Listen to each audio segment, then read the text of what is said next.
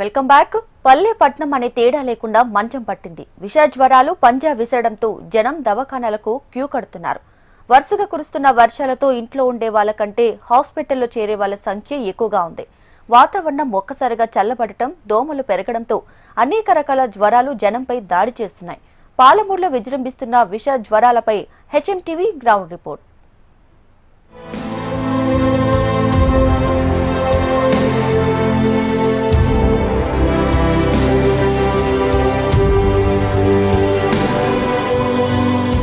ఉమ్మడి మహబూబ్నగర్ జిల్లాలో dengue, malaria వ్యాధులు విజృంభిస్తున్నాయి. వాతావరణంలో వచ్చిన మార్పులు కావచ్చు, లేక వరుసగా కురుస్తున్న వర్షాలు కావచ్చు, గ్రామీణ పట్టణ ప్రజలు అన్న తేడా లేకుండా మంచాన పడుతున్నారు. అసలు ఈ కూలీనాలు చేసుకునే కష్టజీవులు ఉన్న పాలమూరు జిల్లాలో ఈ గ్రామీణ ప్రాంత ప్రజలు ఎందుకు విష జ్వరాలకు గురవుతున్నారు? అధికారుల నిర్లక్ష్యమా, లేక పరిసర ప్రాంతాలు అపరిశుభ్రంగా ఉండడమే కారణమా? హెచ్ఎంటీవీ అందిస్తున్న స్పెషల్ రిపోర్ట్ ఇప్పుడు చూద్దాం.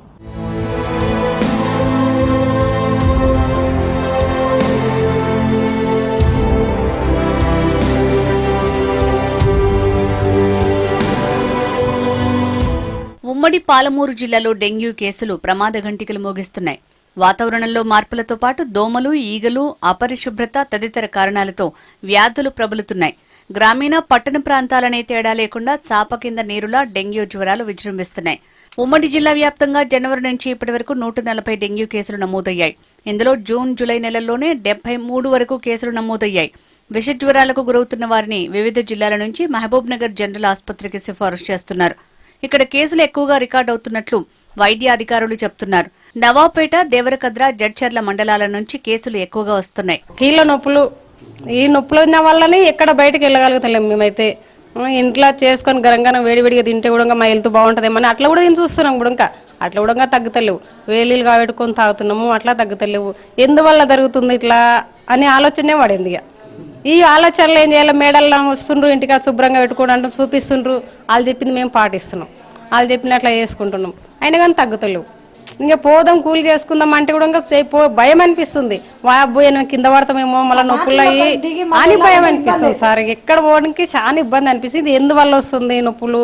ఇదొక్కటే ఎక్కడ అర్థం కాకుండా అయిపోతుంది మాకు. మహబూబ్ నగర్ జిల్లాలో దోమల పెరుగుదలకు ఎక్కువ శాతం పారిశుద్ధ్య లోపమే ప్రధాన కారణంగా తెలుస్తోంది. వర్షాలతో పిచ్చి మొక్కలు పెరగటం, చెత్తాచెదారం సకాలంలో తీయకపోవడం, ఖాళీ స్థలాల్లో రహదారి పక్కన నీటి నిల్వ ప్రదేశాలు ఉండటం తదితర కారణాలతో దోమలు వృద్ధి చెందుతున్నాయి. దోమల నివారణకు గ్రామీణ పట్టణ ప్రాంతాల్లో అధికారులు ప్రత్యేక శ్రద్ధ చూపడం లేదు. చాలా చోట్ల ఫాగింగ్ యంత్రాలు పనిచేయటం లేదు. అందులోనూ వీటి నిర్వహణ భారంగా మారటంతో ఉన్న చోట కూడా పెద్దగా వినియోగించటం లేదు. అధికారులు దోమల నివారణ మందులు పిచికారీ చేయించటం లేదు. దీంతో గతేడాది అనుభవాలే మళ్లీ పునరావృతమవుతున్నాయి. గత వారం క్రితం మహబూబ్ నగర్ జిల్లా నవాబ్పేట మండలం కాకర్లపాడు ప్రాంతంలోని ప్రజలు విష జ్వరాలకు గురయ్యారు. ప్రతి ఇంట్లో ఎవరిని కదిలించినా కీళ్ల నొప్పులు, జ్వరంతో బాధపడుతున్న వారే కనిపించారు. గ్రామంలో చాలా మంది సీజనల్ వ్యాధులకు గురవటంతో కొందరు ఆసుపత్రికి వెళ్లగా మరికొందరు ఇళ్లలోనే చికిత్సలు తీసుకున్నారు. చిన్న పాప 2 నెలలు ఉన్నది. అలా ఊరికి పోయింది, అంటే మా బిడ్డ అన్నట్ల అలా ఊరికి పోయింది. అలా ఊరికి పోయిన రోజు ఒక రోజు ఊకున్నది. మళ్ళీ తెల్లారి ఇక ఏడా ముట్టనియదు పాప. అరే ఇంతకు ఇట్లా అయింది అమ్మా, ఏమైందమ్మా అని నేను ఫోన్ చేస్తే, ఏమమ్మా పాప ముట్టనిస్తలేదంటే ఈడికి వచ్చినాక చూస్తే మా ఊళ్ళో మొత్తం కీళ్ళ నొప్పులు ఉన్నాయి కదా సార్. వాళ్ళకి వచ్చిన వాళ్ళకి మొత్తం అట్లనే బ్లాక్ అయ్యిండ్రు కదా, ఇంతవరకు మూతి వరకు బ్లాక్ అయ్యారు. అంటే అట్లనే అయిందే కదా, ఈ పాపకు కూడా ఇంకా మోకాళ్ళ నొప్పులు అయినాయి, ఏమో చెప్పుకోలేదు కదా, చిన్న పాప కదా అన్నట్లు. ఆ పాపకి ఏం ట్రీట్మెంట్ ఏం చేయలేము, అదంతా అదే తక్కువైంది. ఇంకా ఇప్పుడైతే చాలా మంది అయితే మా ఊర్లలో అయితే చాలా మంది మోకాళ్ళ నొప్పులు అని అంటున్నారు సార్. ఇది ఇప్పటికైతే ఇప్పుడు బాగానే ఉన్నాం మేమైతే. చాలా మంది చాలా అంటే చాలా వాపులు అయితే చాలా వచ్చినాయి అన్నట్లు. ఫస్ట్ నా కొడుకుకి వచ్చినాయి కీళ్ళ నొప్పులు వచ్చి ఆశా వర్కర్లు గోళీలు ఇచ్చాను. గవర్నమెంట్ నుంచి వచ్చి ఊళ్ళోకి వచ్చి గోళీలు ఇస్తే ఆ గోళీలు వేసుకుంటే మొత్తం పేయాల బరకుడా మొత్తం ఇట్లా మొత్తం బెందులు వచ్చి వాపులు వచ్చినాయి. ఆ గోళీలు బంద్ చేసినాం. ఊళ్ళో ఒక డాక్టర్ ఉంటే ఆ డాక్టర్ దగ్గరికి వెళ్ళినాం, చూపించుకున్నాం. నా కొడుకుకి తక్కువైంది. నా కొడుకు తక్కువైనాక నాకు వచ్చింది. నాకు వచ్చినాక నాకు తక్కువైనాక నా బిడ్డకు వచ్చింది. నా బిడ్డకి తక్కువైనాక ఇంకొచ్చిన బిడ్డకు వచ్చింది. ఇంకా ఈ తర్వాత ఈ ఊళ్ళో డాక్టర్తో చూపించుకుంటే తక్కువైంది. గవర్నమెంట్ హాస్పిటల్కి వచ్చిన వాళ్ళు గవర్నమెంట్ హాస్పిటల్ నుంచి ఊళ్ళోకి వచ్చారు డాక్టర్లు. వచ్చి ఈ గోళీలు వాడండి, ఇల్లు శుభ్రంగా పెట్టుకోండి, నీళ్ళల్లో ఏమన్నా పురుగులు పడితే చల్లండి అని చెప్పేసిండ్రు. మేమైతే ఏమిట్లా పట్టం నీళ్ళు. 2 బిందెలు పట్టుకుంటాము, కత్తిమెల్లిలు పెట్టి వాడేసినాం. నెల వచ్చింది, నెల 2 నెలలు అవుతుంది ఈ రోగాలు రావట్టి. డెంగ్యూ లక్షణాలు 2 నుంచి 6 రోజుల పాటు కనిపిస్తాయని, జ్వరం, తలనొప్పి, ఇతర ఏ లక్షణాలున్నా వెంటనే వైద్యులను సంప్రదించాలని వైద్యులు సూచిస్తున్నారు. అధిక జ్వరం, తీవ్రమైన తలనొప్పి, కళ్ల వెనుక నొప్పి, కీళ్లు మరియు కండరాల నొప్పులు, వికారం, వాంతులు, దద్దర్లు, కొన్నిసార్లు ఇది తీవ్రమైన రక్తస్రావం మరియు అవయవాల వైఫల్యానికి కూడా దారితీయొచ్చని డాక్టర్లు అంటున్నారు. ప్రస్తుతం గ్రామ పంచాయతీ, మున్సిపాలిటీ అధికారుల సమన్వయంతో డెంగ్యూ, మలేరియా వ్యాధులు ప్రబలకుండా చర్యలు తీసుకుంటున్నామని వైద్య శాఖ అధికారులు చెప్తున్నారు. ఇంటింటి సర్వే నిర్వహించి జ్వరం కేసులు ఎక్కువగా ఉంటే వైద్య శిబిరాలు ఏర్పాటు చేస్తున్నామని మహబూబ్ నగర్ జిల్లా డెంగ్యూ, మలేరియా నివారణ ప్రత్యేక అధికారి డాక్టర్ శశికాంత్ తెలిపారు. ఉమ్మడి మహబూబ్నగర్ జిల్లాలో డెంగీ వ్యాధి విజృంభిస్తుంది.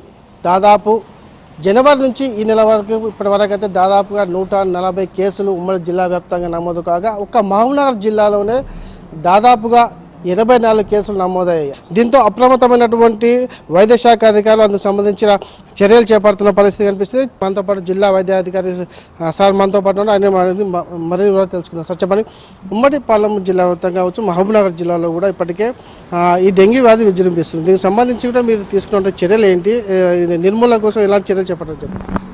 మేము ఈ 1 జూలై నుంచి వెళ్ళి మొత్తం ఇంటింటికి తిరిగి ఏవైతే ఫీవర్ కేసెస్ ఉన్నాయో వాటికి సర్వే చేయమని చెప్పేసి మా సిబ్బందికి చెప్పినాము.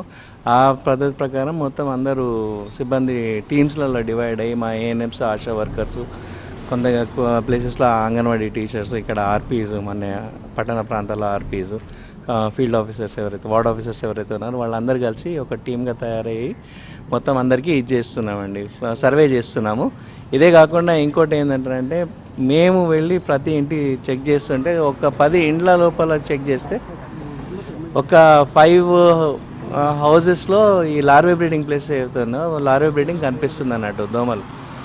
సో దానికి ఏమంటారంటే మనము ప్రజలకు కోరుకునేది ఏంటంటే ఏదైతే మీ నీటిలో తోక పురుగులు ఉన్నాయో అవే మనకు ముందల దోమ తయారయ్యి అది మనకు కాటేసి మనకు డెంగ్యూ వ్యాధి ప్రసరించే ఛాన్సెస్ ఉన్నాయి. కాబట్టి ఈ తోక పురుగులు ఎక్కడైతే కనిపిస్తున్నాయో ఆ తోక పురుగులని నిర్మూలించడానికి ప్రయత్నం చేస్తే మనం డెంగ్యూ నుంచి వెళ్ళి కాపాడుకోగలుగుతాం. ప్రధానంగా డెంగ్యూ వ్యాధులు ఇప్పటివరకు అంటే మన జిల్లాలో ఎన్ని గుర్తించడం జరిగింది, దీని ప్రభావం ఎలా ఉంటుంది? ఇప్పటివరకు దాదాపు జనవరి నుంచి వెళ్ళి ఈ నెల వరకు 93-94 కేసెస్ అంటే నమోదైనవి. కాకపోతే జూలై వరకు మనకు 74 కేసెస్, జూలై నుంచి ఈ మంత్ వరకు 25 కేసెస్ నమోదైనాయండి. డెంగ్యూ కాకుండా ఇంకా వేరే అవకాశాలు అంటే వేరే వ్యాధులు వచ్చే అవకాశాలు ఏమి? డెంగ్యూ కాకుండా ఈ దోమ ద్వారా అంటే ఏదైతే ఫ్రెష్ వాటర్ బ్రీడింగ్ మస్కిటోస్ ఉన్నాయో వాటి ద్వారా మనకు చికెన్ గున్యా కూడా వచ్చే ఛాన్సెస్ ఉన్నాయండి. ఈ చికెన్ గున్యా వస్తే మనకు కీళ్ళ నొప్పులు, జ్వరాలతో పాటు లక్షణాలన్నీ వస్తుంటాయి అన్నట్టు. ఇవి రాకుండా ప్రత్యేకంగా అంటే మెయిన్లీ పబ్లిక్ కోఆపరేషన్ చాలా ఇంపార్టెంట్ దీంతోపాటు మన మున్సిపల్ సిబ్బంది, మన గవర్నమెంట్ తరఫు నుంచి అయితే కోఆపరేషన్ దొరుకుతుంది మాకు.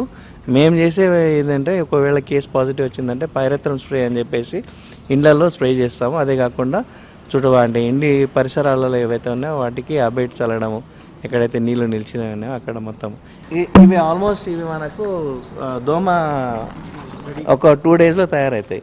24 hours to 48 hours వరకు దోమ తయారవుతాయి.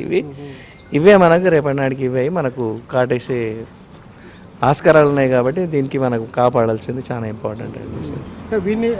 వీటికి సంబంధించి మీరు ఎలాంటి చర్యలు చెప్పాలి సార్? ఇలాంటి క్రిములకు సంబంధించి ఎలాంటి మెడిసిన్ వాడుతున్నారు? వీటికి కంట్రోల్ చేయాలంటారంటే వాటికి ఊపిరాడకుండా చేయడం ఒకటే ఇది అన్నట్టు. దానికి ఈ అబేట్ ఏదైతే ఉందో మనం స్ప్రే చేయడము, దాంతోపాటు మనకు వేరే కొన్ని కెమికల్ పౌడర్స్ ఉన్నాయి. ఆ కెమికల్ పౌడర్స్ కూడా మనం స్ప్రే చేస్తున్నాం. దాంట్లో కొన్ని చనిపోతున్నాయి, ఇంకా 1-2 దాంట్లో బతికి ఉన్నందువల్ల అవి బయటకు వచ్చేసి ఇవి అవుతున్నాయి.